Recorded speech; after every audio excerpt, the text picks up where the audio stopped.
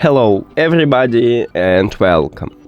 In this video I'm going to show you how to pair your earbuds REALME Buds T200 Lite with your Android device. You have to start by open Settings and then go to the Bluetooth or connected devices. Now at the top click Pair New Device. But not all Android phones have this button. Maybe you need to only enter to the Bluetooth.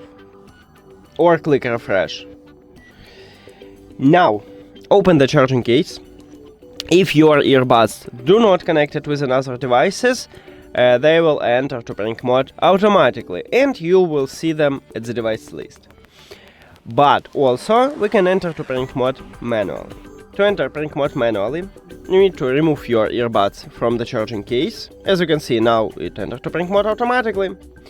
Then, at the back side, right here at the top, we have touch areas, and you need to press and hold these touch areas for at least 5 seconds, simultaneously. 1, 2, 3, 4, 5. And after that time, these earbuds also enter to pairing mode, and you will see them at the device list. Now tap at your earbuds and click Pair.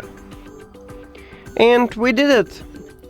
Thank you for watching this video. If you found it helpful, please consider subscribing to the channel and leave the like on the video. See you later!